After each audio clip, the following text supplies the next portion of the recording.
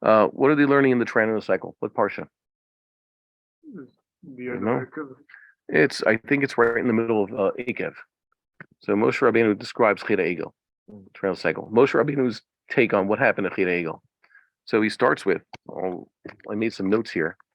There's a line that Moshe Rabbeinu describes Am Yisrael's characteristic. How does he describe us? Great, mighty, wise. Well, how does he describe Am Yisrael? Well, Am Kshe Oref. He says, I love this line. I was speaking about it during the summer. Okay. Don't say in your heart when God grants you these miracles, gives you the land of Canaan. It's through my righteousness. We're such tzaddikim. That's why God gave us the land. You're so honest. You're good people. It's only because the goyim who come before you, they're wicked, so they're being pushed away. Okay. You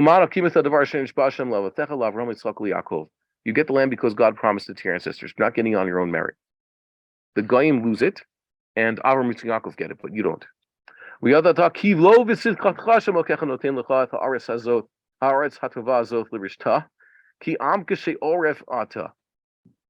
You're a stiff-necked people. You're stubborn. Moshe Rabbeinu describes that as that is his description of Am Yisrael also in Sefer Shmos, his defense of them. God's not their fault. They're Am Kashei Oref. And he concludes his parsha also. Al Tefen Al Kashiyah Mazel Will Yishover Chatato. That was his defense to God. Don't look at their Kashei Oref, the hardness of the stiffness of their neck. And the Moshe Rabbeinu describes Cheda Egel, because you're not perfect, Am Yisrael. You're Am Kashei Oref. Now, that is a characteristic that at the beginning hurt us, like Moshe Rabbeinu says. He had to invoke this also when at Cheda Meraglim. So Moshe Rabbeinu is basically saying that we had this characteristic of we're skeptical, we don't run after everything, we're very hard to sway. So when we needed to go for it and run into the land of Israel and not commit the sin of the golden calf, it was to our detriment. Where our stiff-necked characteristic was used against us. However, Moshe Rabbeinu says we had this whole excursion in the desert, 40 years in the wilderness, and now Am Yisrael is going to stick with the Torah. It's now part of their culture.